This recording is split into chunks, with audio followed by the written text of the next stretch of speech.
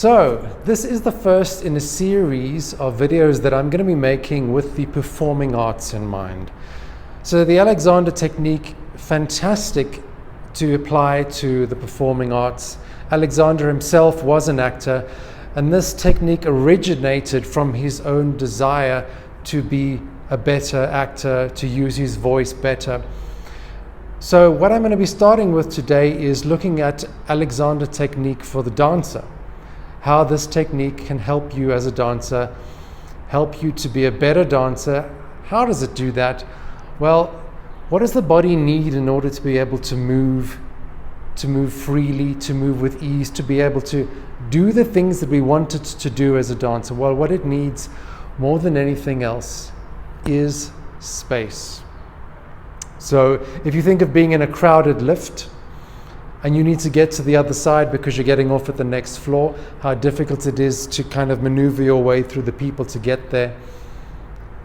This is what the body experiences when we're not creating the conditions in which the body can move freely. Then we struggle. It becomes a battle. So what I'm going to do is I'm going to take a very simple move. So in ballet, what's known as the plie, or in dance, in all dance it's there.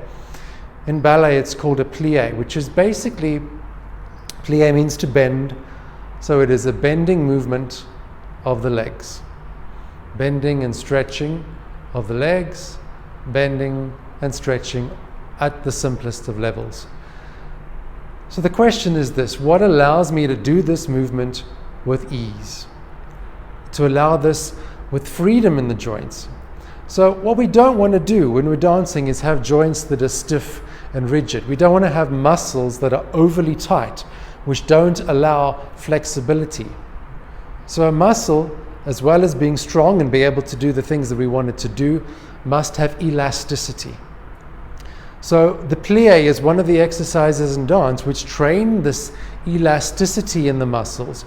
And the plie is the fundamental. Plie and a battement do the fundamental movements of dance. So what we're looking at is, how do I do this movement in such a way that I can encourage this elasticity of the muscles of my legs? And here's where the Alexander comes into play, because we cannot have elasticity in the legs unless we have elasticity and length in all the muscles of the body. And we have to start looking at what's going on up at the head and the neck, all the way down the spine, from one side of the back to the other. So really what we're learning is that in order for there to be elasticity in one muscle or in a group of muscles, there needs to be elasticity everywhere. So how the body works is the body works as a whole. There's no one part of the body that works in isolation to others. So when we allow elasticity in all parts of the body, then we can have elasticity in all parts of the body. That may seem like obvious, but we tend to think, well, I want freedom, I want elasticity in this bending movement. We don't think we need to have it everywhere else at the same time. The body doesn't work in isolation. So how do I bring about this elasticity in the muscles? And that is by giving them space. So I want to think of space between my neck and my head, so that this space here and this space between my head and my sitting bones, there is space for this lengthening of the muscles to create this elasticity. So a lengthened muscle allows elasticity. So the more I think of length from the head to the sitting bones, length from one side of the body to the other, one side of the rib cage to the other, from one arm to the other, the more I begin to experience this length and elasticity all the way through the body, from head to toe. Now here's the thing, is we cannot force elasticity. We cannot force length into the muscles. It's something which comes about organically. Length and expansion is the natural tendency of the muscles in the body. The problem is we interfere with that. We cause them to shorten, to contract, to tighten, and that prevents that elasticity, which is so necessary in every movement of dance, that bending movement, because that's what later becomes a jump. That same elasticity. It goes into everything. So How do I bring about that? Well, I bring about that by leaving things free in the space for muscles to be able to lengthen, to be able to elongate as I move.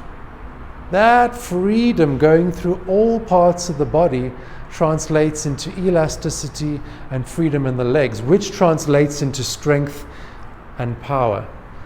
So we have to begin thinking of the whole picture. Even if we're thinking we're working, maybe it's the legs in my play, I want to think it's my legs down there, but it's not. We have to look at the whole and allowing space between each part, space for the parts to be moving away from each other.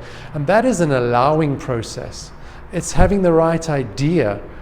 That idea then becomes an experience, and that experience leads to freedom and ease in the movement, where that movement doesn't look like it's effort. And that is the mark of a good dancer, to make it look effortless. So check out the videos that are going to follow from this. I'm going to be looking at Alexander technique for the singer, Alexander technique for the actor, really taking a look into how this technique helps you as a performer to better your craft.